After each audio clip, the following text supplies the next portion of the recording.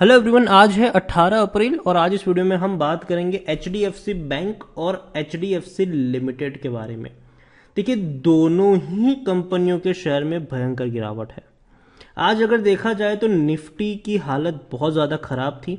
Nifty के जो दिग्गज शेयर है, चाहे वो एचडीएफसी बैंक की बात करें, एचडीएफसी लिमिटेड की बात करें, इन्फोसिस की बात करें, विप्रो की बात करें, रिलायंस की भी बात करें, तो ये थोड़ी सी गिरावट, हालांकि रिलायंस में गिरावट कम थी, लेकिन इन एचडीएफसी और इन्फोसिस की जैसी आईटी कंपनियों में भयंकर गिरावट चल रही है। और यही वजह थी कि आज मार्केट में भी बड़ी गिरावट देखने को मिली है। वीडियो में हम स्पेसिफिकली दो कंपनियों के बारे में बात करेंगे, एक है एचडीएफसी बैंक और दूसरी है एचडीएफसी लिमिटेड। दोनों ही कंपनियां मर्ज होने वाली है, बहुत जल्दी अनाउंसमेंट हो चुकी है इसको लेकर, और सबसे बड़ा अब तक का सबसे बड़ा मर्जर ये कहा जा रहा है, जो कि काफी अच्छी और पॉजिटिव चीज भी है। लेकिन जिस दिन मर्जर की अनाउंस हो रही थी उस दिन शेयर ने भैया बढ़िया रफ्तार पकड़ी। अगर आप देखो तो 1430 रुपए से भागकर ये सीधा 1650 तक चला गया, लेकिन उसके बाद ये लगातार टूट रहा है और अभी एक महीने का लो बना चुका है ये। और एक साल की अगर हम बात करें तो 2% की गिरावट है। एक साल का भी जो सबसे बड़ा लो है उसी के आसपास ये बैठा हुआ है। इससे पहले जो लो बनाया था वो 1323 का था, और ये तब बना था जब रशिया और यूक्रेन वाला क्राइसिस चल रहा था, लेकिन दोबारा बाउंस बैक कर गया और बहुत बड़ी रफ्तार पकड़ी थी, लेकिन अब ये वापस टूट रहा है। लेकिन आप देखो, शॉर्ट टर्म में एक साल में काफी ज्यादा उठा पटक से गुजरा है ये, काफी ज्यादा अप्स एंड डाउन्स हमें देखने को मिली जरूर है। लेकिन लॉन्ग टर्म में अगर आप देखोगे तो लॉन्ग टर्म में इस बैंक ने पैसा तो बनाकर दिया है और लगातार पैसा बनाकर दिया है। जब भी टूटा है उससे ज्यादा रफ्तार से ये ऊपर भी उठा है। हाल फिलहाल में जो गिरावट की वजह है, सबसे पहली वजह यह है कि इनके क्वार्टरली रिजल्ट्स आए थे, और रिजल्ट्स में देखो तो प्रॉफिट हालांकि अच्छे हैं। देखो 10,055 करोड़ का इनको प्रॉफिट हुआ है, लेकिन पिछले साल के मुकाबले बहुत अच्छा है, क्योंकि पिछले साल सिर्फ 8,000 करोड़ का ही प्रॉफिट था, लेकिन पिछले क्वार्टर में ये प्रॉफिट 10,340 करोड़ का था, तो हल्का सा कम प्रॉफिट आया है। लेकिन इंटरेस्ट अर्निंग ज्यादा हुई है, 33,450 करोड़ की इंटरेस्ट अर्निंग हुई है, जो पिछले साल और पिछले क्वार्टर के मुकाबले बहुत अच्छी है। लेकिन फिर भी क्या हुआ, कम देखने को मिला है प्रॉफिट, क्योंकि इनके जो मार्जिन्स है वो कम नजर आए हैं यहाँ पर अगर आप देखने की कोशिश करो तो एचडीएफसी के रिजल्ट्स पे अगर हम नजर करें तो देखो, साल ऑन मतलब ईयर ऑन ईयर देखें तो 20% का ग्रोथ है, डेफिनेटली ग्रोथ है। लेकिन अगर आप देखें तो असेट्स क्वालिटी भी अगर हम कंपेयर करें तो वो भी आप देखोगे तो वे अबव द इंडस्ट्री से काफी अच्छी मतलब काफी अच्छी है यहाँ पर। लेकिन अगर कुछ चीजें अगर आप यहाँ पर ये देखो, the lender operating performance showed spot of trouble. Operating profit growth was just 10.20% for the quarter and net interest margin was at record लो। तो जो नेट इंटरेस्ट मार्जिन है वो अब तक का सबसे कम नजर आया है, रिकॉर्ड लो देखने को मिला है यहाँ पर आप देखिए तो HDFC bank has reduce its risk weighted assets steadily over the past 2 years. The COVID-19 pandemic struck on 2020. The bank's regulatory disclosure shows that the assets with 100% risk weight grew by 25% between financial year 20 to 22, and those with less than 100% risk weight grew by strong 51%. तो ये सारी चीजें भी यहाँ पर हमें लगातार देखने को मिल रही है, मतलब इनके मार्जिन भी कम हो रहे हैं यहाँ पर, और कह सकते हो कि इंटरेस्ट मार्जिन जो है वो कम भी नजर आया है और लो भी हो रहा है। ये एक सबसे पहला और सबसे बड़ा रीजन है। और मार्केट में जब कोई शेयर टूटना लगातार शुरू करते तो जाहिर सी बात है थोड़े वक्त के लिए गिरावट हमें देखने को मिल रही है। लेकिन अगेन मैं कहूंगा, मैं इस चीज से अग्री नहीं करूंगा कि भैया बैंक खराब है। बहुत अच्छा बैंक है ये, इवन प्राइवेट सेक्टर का सबसे दमदार बैंक है।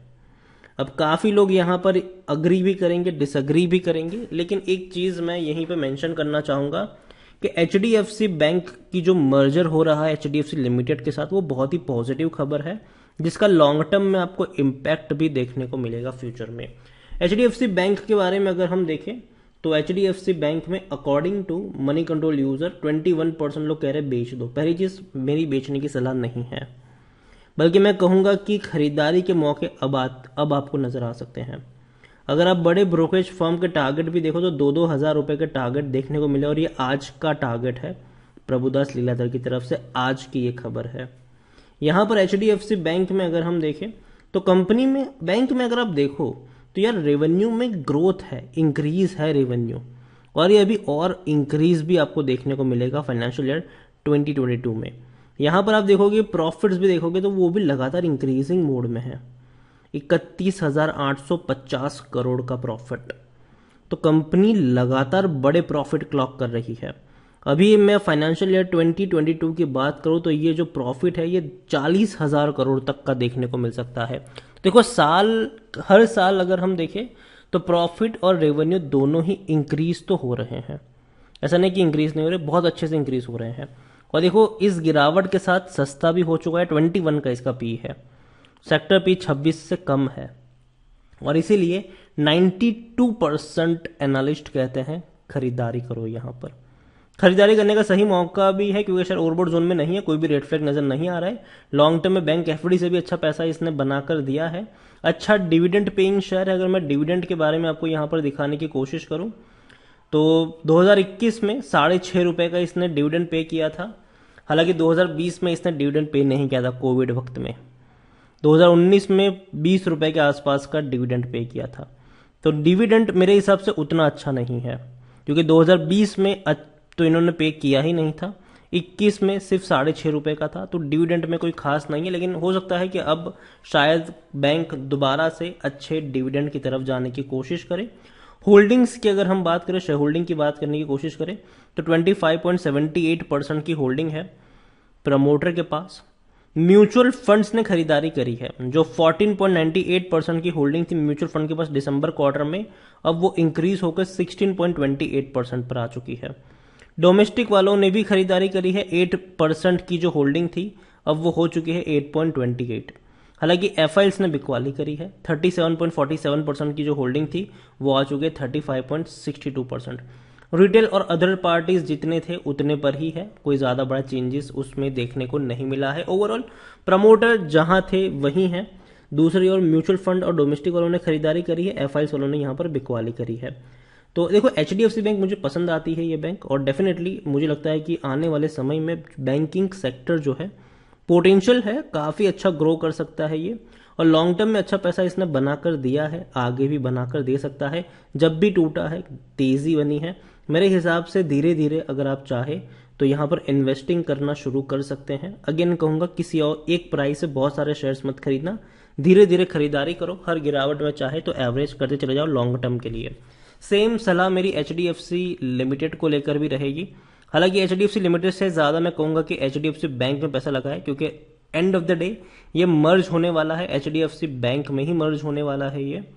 तो मेरे हिसाब से मुझे लगता है कि एचडीएफसी लिमिटेड हो और एचडीएफसी बैंक में से एचडीएफसी बैंक मेरा पहला प्रेफरेंस रहेगा। हालांकि दोनों ही मर्ज होंगे तो सेम ही होने वाला है, कुछ ज्यादा फर्क नहीं पड़ेगा। जितनी तेजी एक कंपनी में आएगी उतनी ही दूसरी में आएगी, अभी जब तक दोनों अलग है, क्योंकि एंड ऑफ द डे दोनों मर्ज होगी तो दोनों अब रेप्लिकेट करेगी एक दूसरे की तेजी और गिरावट को। तो जुड़वा भाइयों की तरह बिहेव करते नजर आएंगे शेयर प्राइस में, और जिस दिन एक हो जाएंगे तो डेफिनेटली तब तो एक ही शेयर होगा। तो एचडीएफसी लिमिटेड पर भी नजर हो सकती है, और आप देखिए यहां पर भी आज बड़ी गिरावट देखने को मिली है, 5% के आसपास टूट गया है, 2,265 रुपए के आसपास ट्रेड कर रहा है, और ये लगातार टूट रहा है। ये 2,680 रुपए से टूटकर नीचे आया है और लगातार टूट रहा है अभी के लिए। तो एचडीएफसी लिमिटेड और एचडीएफसी बैंक दोनों का मर्जर होने वाला है, और जिससे कई सारी जो चीजें हैं वो सॉल्व हो जाएगी। जो टाइम लगता था चीजों को प्रोसेस होने में अब वो नहीं लगेगा, क्योंकि एक ही में होगी तो भैया चीजें और जल्दी बेहतर तरीके से एग्जीक्यूट होगी, जो कि एक अच्छा डिसीजन है मेरी तरफ से। और मैं यही कहूंगा कि दोनों ही कंपनी मुझे पसंद है। हालांकि अब एक ही बनने वाली है, तो एचडीएफसी बैंक पे फोकस कर सकते हैं आप। और यहां से जितना भी ये नीचे की तरफ टूटता है उस लेवल पर, हर लेवल पर खरीदारी के मौके आपको जरूर मिल सकते हैं। अगेन कह दूं, आपको पेशेंस रखना पड़ेगा, एकदम से आप तेजी की एक्सपेक्टेशन अभी नहीं कर सकते हैं। मार्केट में देखो दो चीजें हैं जो ड्रैग कर रही है इनको। हालांकि पहली तो ऑलरेडी हम काफी डिस्कस कर चुके हैं लो मार्जिन को लेकर। दूसरी भी चीज है वो ये है कि देखो कोविड के जो केसेस है वो बढ़ रहे हैं, और जो इन्फ्लेशन है वो भी बढ़ता हुआ हमें नजर आ रहा है। तो ऐसे में कहीं ना कहीं थोड़ा सा पैनिक है मार्केट में, तो यही कहूँगा अभी के लिए कि गिरावट आएगी, टेम्पररी होगी। मार्केट में जब भी गिरावट आई है, जब भी स्टॉक मार्केट टूटा है, वो टेम्पररी फेज रहा है, लेकिन ग्रोथ परमानेंट है। वीडियो को यहीं पे एंड करूंगा। पसंद आया हो तो लाइक करो, शेयर करो। चैनल पर अगर पहली बार आए तो प्लीज़ सब्सक्राइब करें। और HDFC बैंक और HDFC लिमिटेड के बारे में आप क्या सोचते हैं वो भी आप मुझे कमेंट में लिखकर बता सकते हैं। Thank you.